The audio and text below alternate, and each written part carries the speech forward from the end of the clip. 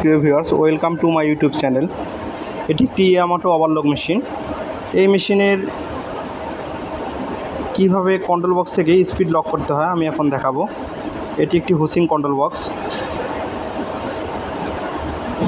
এর মডেল হলো GD40, হুসিং GD40 মডেলের একটি কন্ট্রোল বক্স। স্পিড লক করার জন্য যেটা করব, আমি এখন মেশিনের সুইচটি অন করব এবং আগে স্পিডটি দেখে নেব। স্পিড দেখার জন্য আমি এম বাটন চেপে P0-তে যাব। P0-তে আসার পর এখন এখানে পেলাম আমি 55 স্পিড। এখানে সর্বোচ্চ স্পিড দেওয়া আছে 55, তার মানে এখানে 55-এর উপরে আর স্পিড হচ্ছে না।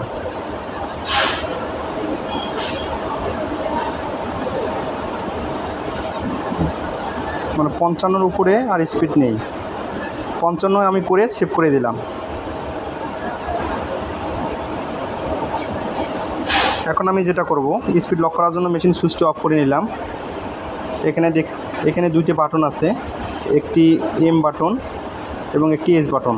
এম এবং এস বাটন দুটি আঙুল দিয়ে একসঙ্গে চেপে মেশিনের সুইচটি আমি অন করব।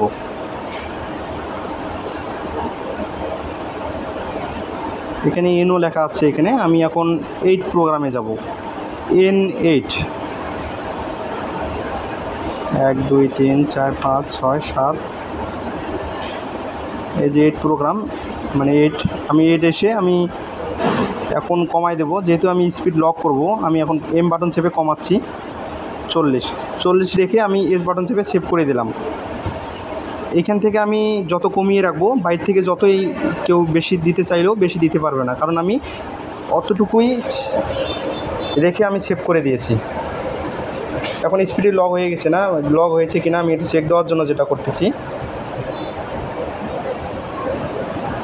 এম বাটন চেপে আমি স্পিড বাড়াচ্ছি।